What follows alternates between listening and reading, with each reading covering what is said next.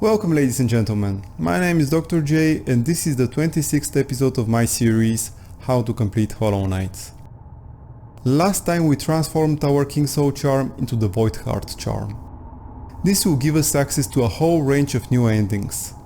We also released the seer from her burdens and allowed her to achieve inner peace. Finally, we started the Grim Troop questline and collected the first two sets of flames. Today we'll be finishing this up.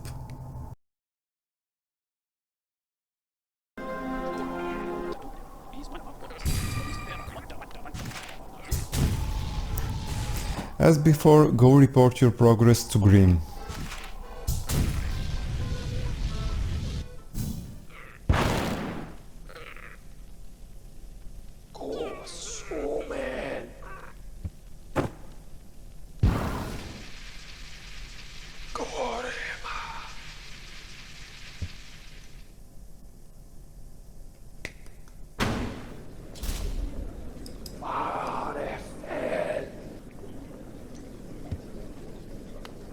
The Grim fight is not terribly difficult. All his attacks are easily identifiable. The first one is him swelling like a balloon and continuously shooting fireballs for 9 seconds. They are not too hard to dodge, and if you're good at poke jumping, you could bypass the entire attack by jumping on his head. He won't take damage, but you won't have to worry about being hit. He has an attack where he opens his cloak and fire bats fly from it in predetermined paths. This is one of the best attacks to get a hit or two in. He also has two similar dash attacks. One starts from the air and continues on the ground, and the other is basically the same but in reverse. And his last attack is bringing forth spikes from the ground. This is a good opportunity to heal if you have the quick focus charm. Overall, Grim is not too tough, but he is kind of annoying since you don't have many opportunities to attack him, and so the fight can drag on for a while.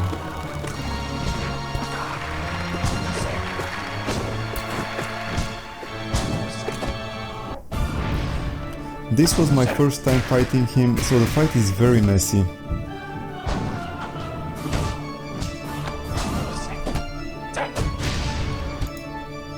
Once you get used to them, there are very good audio cues that will warn you what attack is he going to use. They are very helpful since his attacks come very quickly.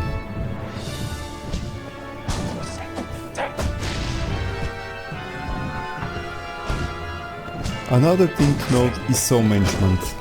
Since you won't be able to hit him a lot, it's pretty difficult to generate souls.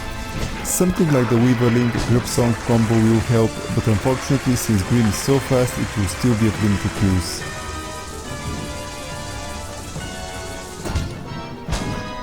Which means that the most important skill for this fight is patience. Wait for opportune moments to attack and don't get too aggressive. Once you get used to his attacks, the fight will go much quicker, but initially, just don't rush it.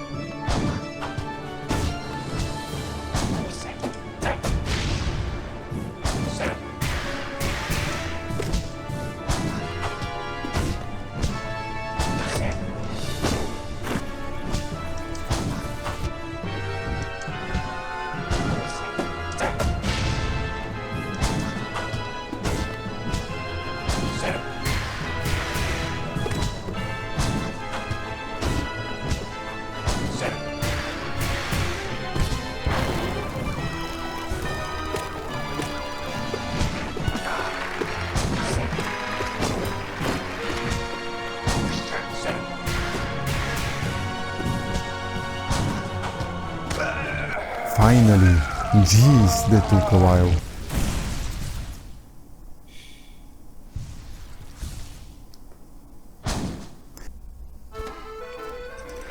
The role we are playing in this ritual is to collect the suffering lingering in the Hallownest kingdom in order to feed Grimchild and make it grow.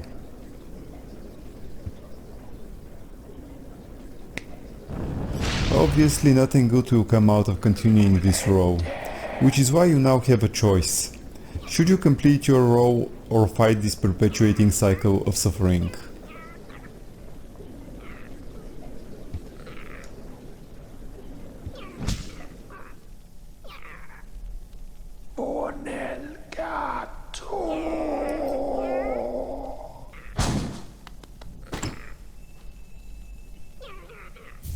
This is the final charm notch we'll be getting. Now it's time to think how you want to end this quest line. You could either collect the last 3 flames from the Grim King and return to Grim to fight Nightmare King Grim and basically do his bidding, or you could collect 2 flames from the Grim King, go find Broom in Deepnest, and then banish the troop with the help of the lantern that you used to summon them. Both outcomes will give you a unique charm and achievement. I'll be doing the banishment route for this walkthrough. Let's see which 2 flames besides the one in the distant village are easiest to get. I'm not convinced the ones in the fungal core and the hive were the best choice, but those are the ones I collected. So I guess we'll first be going to the fungal core.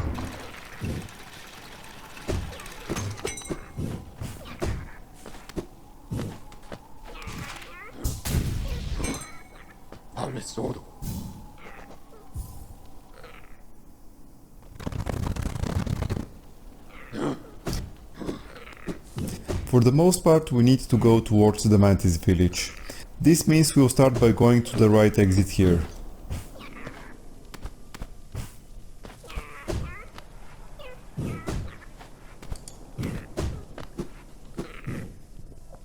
Now we take the bottom exit and then to the right again.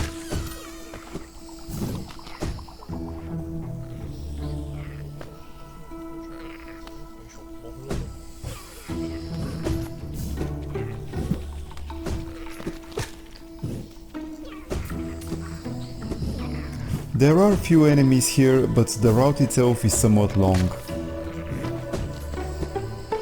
Thankfully, we have all the shortcuts opened.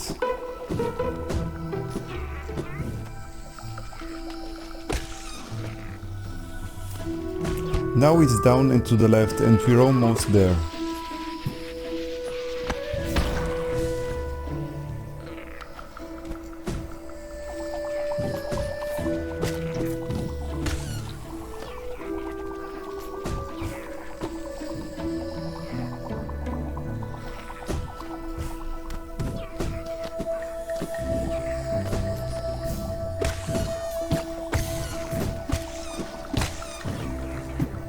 Seems like I've missed opening this shortcut, so just in case, I opened it now.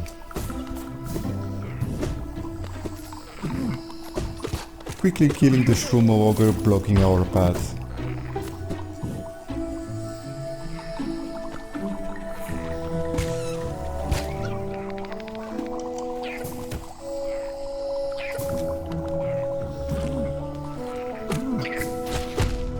As it turned out, there was no point in killing these Shroom Ogres. The Green King is on a lower level, so they wouldn't have interfered in our fight anyway.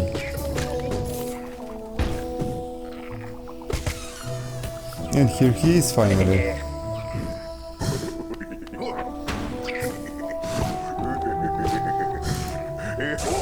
Okay, so the Grim King got a new attack, and this is actually one of the new ones Nightmare King Grim is going to use.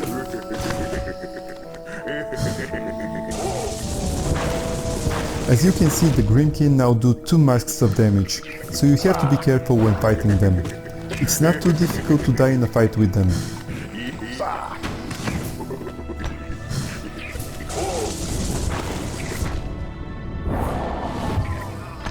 The second one we'll be collecting is the one in the hive. As usual, we will dream gates to Dirtmouth so we can use the stack station.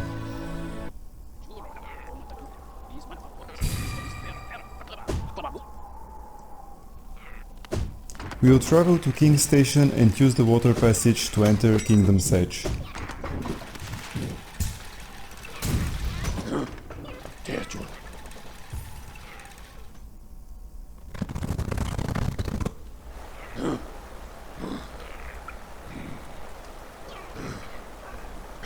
Just confirming the route I should take.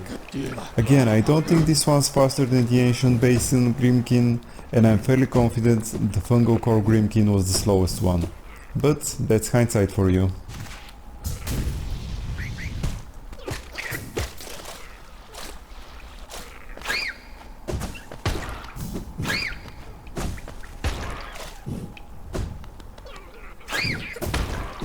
Oh yeah, the Grimchild can get lucky sometimes and kill a Belfry before it activates.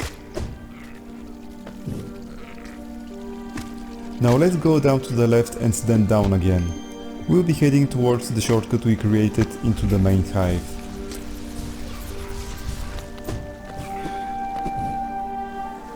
Skip this hole as it only leads to where a group used to be.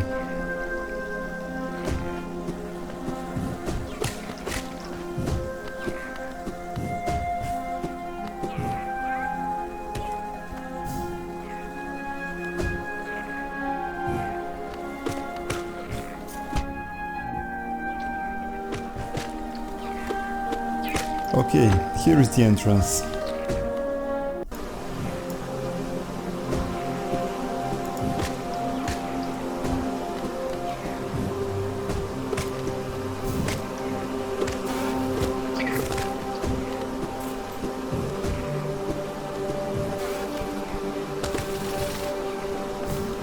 The bees are another reason why I should have went to the Ancient Basin instead.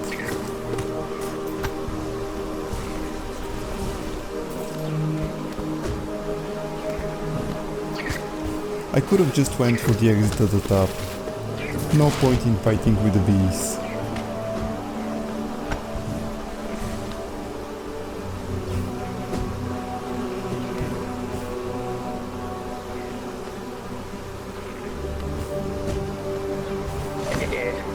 Unfortunately, I underestimated the Grimkin and died the first time. The increase in damage dealt really makes a difference.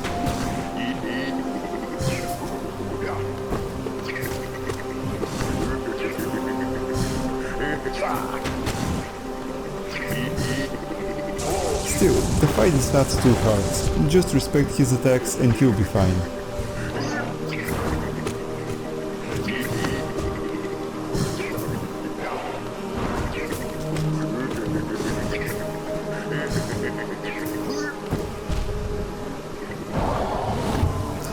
Second time's the charm, I guess. Now we can go back to Dirtmouth and use the distant village stack station to get to Broom.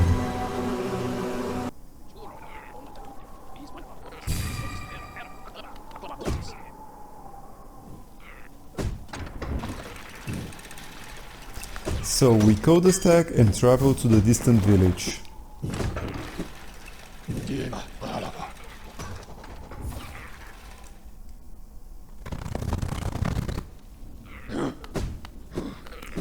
It's a bit difficult to find him, but Brum is in the cocoon/house below and to the left of the beast's den.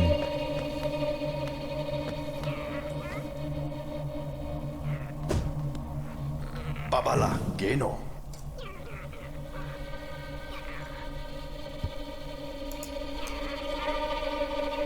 So we speak with Broom and he tells us a bit more about the ritual Grim is trying to perform and asks us to help him stop it.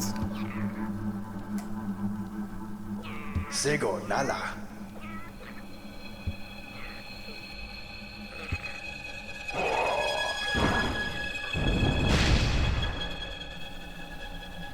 Baba Gondala.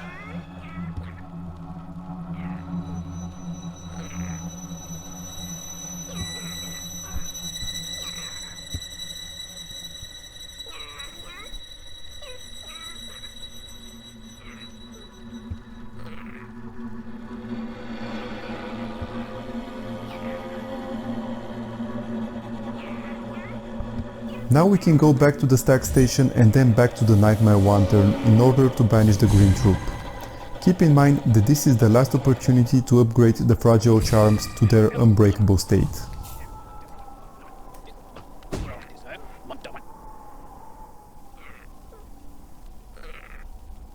The fastest way to get back to the lantern is by traveling to the stag nest and then going to the Howling Cliffs.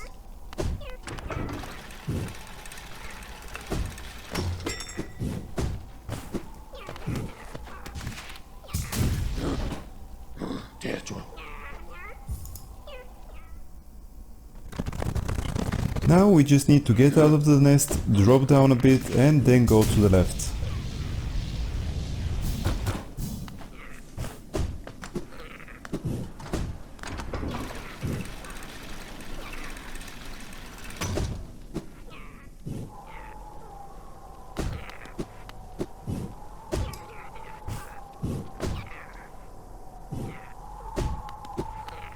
Now we drop to around the midway point and go in the passage to the right.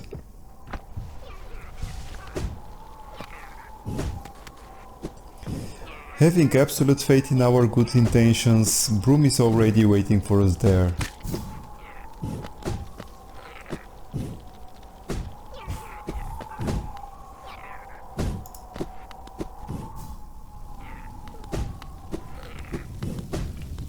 Here we are. Time to put an end to the green troop.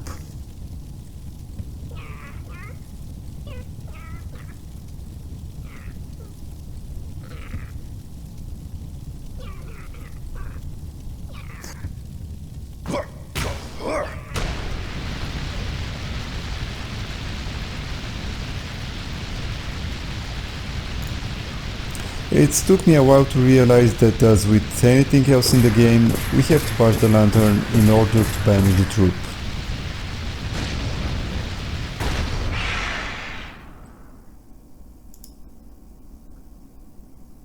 With the anchor destroyed, no sign of the troop is left in this world.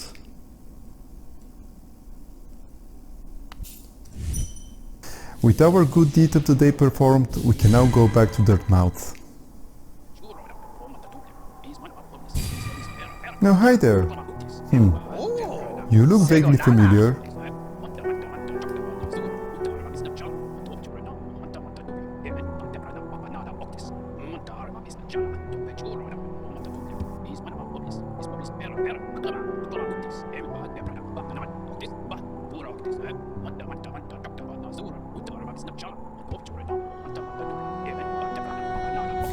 To compensate for losing the Green Child charm, Nim gives you the Carefree Melody charm. The way this charm works is by increasing the chance of negating the damage by 10% for every hit you take, up to 90%. When it negates the damage, it resets the percentage back to 0. Even if the Carefree Melody negates the damage, all other charms except the Grub Song still activate their own hit effect. This includes Stalwart Shell, Thorns of Agony, Balder Shell and Hive Blood.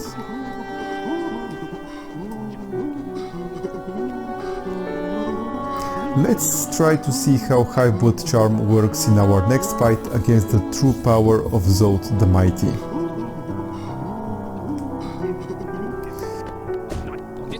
Entering this dream boss fight is slightly different from the other ones. This time you don't dream Neo spirit or a body, but instead go to the basement in Breta's hut and dream Neo his statue. Now that we've entered the rabbit's hole, let's witness the unrestrained power of Zod the Mighty.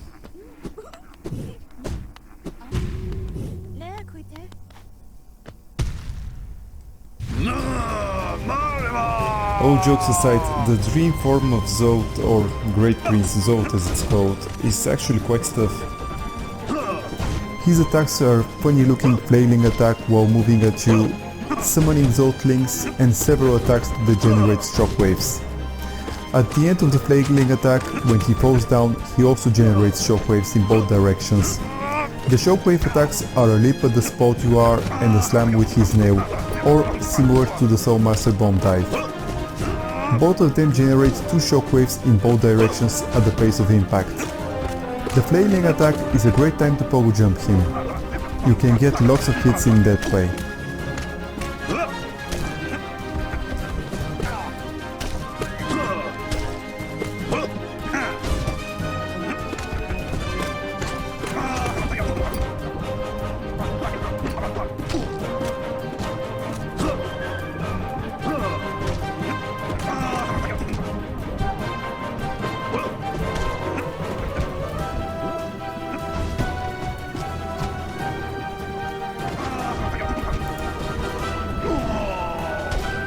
Defeating Zoth in his dream will unlock the Dark Romance achievement.